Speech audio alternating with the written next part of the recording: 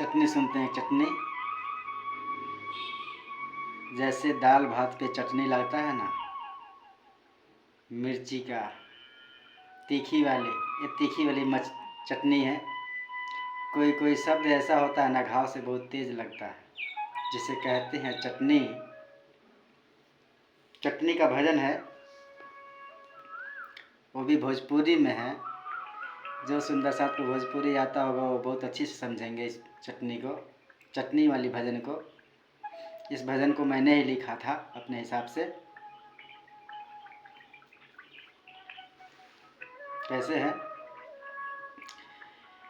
कि बिना मर्दा के कितना सिंगार करेलू, बिना मर्दा के कितना सिंगार करेलू, गोरी नैहर में कोई गो भतार करेलू, हो गोरी नैहर में कोई गो भतार करेलू गोरी। इसका अर्थात ये हुआ कि ये जो मंगलसूत्र है हमारे राज्य का, ये मंगलसूत्र, पहली बात तो बिना तारतम के कोई भी कितना भी कुछ भी कर ले, बिना तारतम को तो पार होगा नहीं। सर्वप्रथम पार लगाने के लिए उसको कहा गया बिना मर्दा। जिसका मर्द नहीं है फिर भी इतना श्रृंगार करता है, इतना ताम झाम करता है, जिसका मर्द का कोई ठिकाना ही नहीं है, वो चटनी यही कह रही है बिना मर्दा के कितना श्रृंगार करेलू, यानी कितना श्रृंगार करती हो, गोरी नैहर में कई गो भतार। इसका अर्थात हुआ कि एक ब्रह्म को, एक परमात्मा को नहीं पूजते हैं हम, हजारों पता नहीं 33 करोड़ देवी देवताओं को हमने नाम सुना है, कोई देखा तो नहीं है।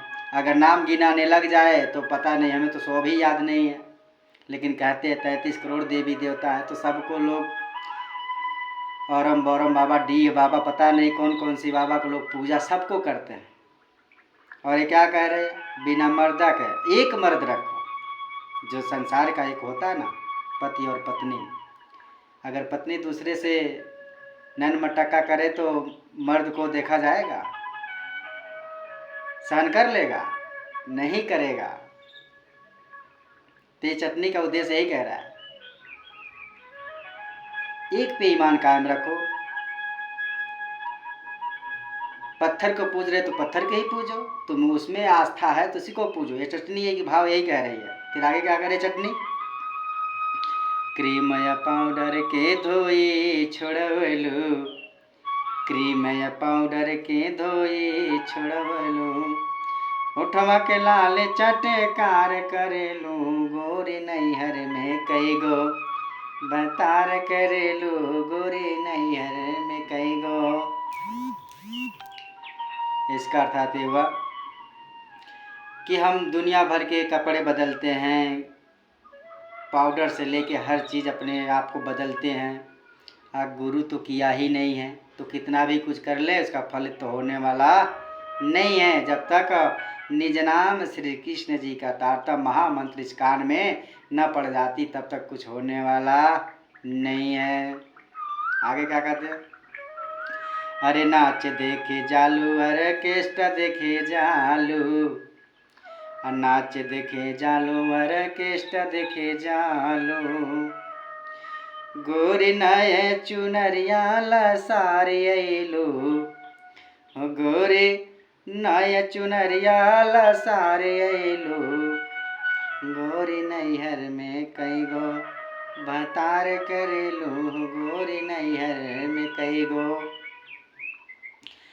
अर्थात ये हुआ कि तुम नाच देखने, ऑर्केस्ट्रा देखने, सिनेमा देखने तो जाओगे, लेकिन सत्संग में नहीं बैठोगे। कहीं चर्चा हो, कहीं भागवत हो, अनेकों प्रकार कोई भी धर्म का कार्य हो, अच्छी बात बताई जा, बाड़ी की बात बताई जा, कोई भी धर्म हो, अगर अच्छी बात है तो सुनो, नहीं तो इस कान से बाहर निकाल दो। लेकिन उसमें पसंद नहीं होगा, लेकिन सिनेमा देखने, नाच देने, ऑर्केस्ट्रा देखने के लिए समय मिल जाएगा। वही कह रहा है इसमें, नाच देखे जालू, ऑर्केस्ट्रा देखे जालू, इस समय बहुत मन लगता है।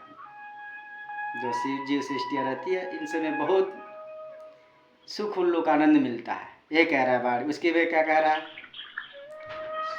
ये भजन क्या कह रही है, अरे माई बाबू के कहना ना सुहाला, माई बाबू के कहना ना सुहाला, अरे ऊपर से उल्टे सवाल करेलू हो, ऊपर से उल्टे सवाल करेलू, गोरी नैहर में कई गो तार करेलू, गोरी नैहर में कई गो। अगर माँ बाप उस राह पर रोकते भी हैं तो ऊपर से एक सवाल नहीं हजारों सवाल खड़े हो जाते हैं कि हम हमारा कहते हैं ये हमारा ज़िंदगी है, तुम कौन बोलने वाले होते हो। क्या करें, उस पर वो भी लाचार हो जाते। तो ऐसे जो होते हैं बच्चे, वो गलत संगत में पड़ जाते हैं, माँ बाप के कहना नहीं सुनते हैं। फिर आगे कहते हैं, अरे कहे न राम शिष्य 4 दिन के लीला, कहल राम शिष्य 4 दिन के लीला, हो गोरी काहे के जिंदगियाँ खराब करेलू, हो गोरी काहे की जिंदगियाँ खराब करेलू, बिना मर्दा के कितना सिंगार करेलू, बिना मर्दा के कितना। कहे ने राम शिष्य, यानी ये मैंने ही भजन लिखा था, तो इसमें एक कहने का दर्शा रहा है कि ये 4 दिन की ज़िंदगी है, पता नहीं कब ये निकल जाए, तो किस लिए आए हैं, कहाँ जाना है, कहाँ हमारे प्रीतम है, इसका तो जब खोज करेंगे तब तो मिलेगा। यानी खाली खाने पीने ऐश करने के लिए थोड़ी आए हैं, खाने पीने ऐश करो बस हो गया, मर गए बस बात खत्म। ऐसे तो पशु भी करते हैं।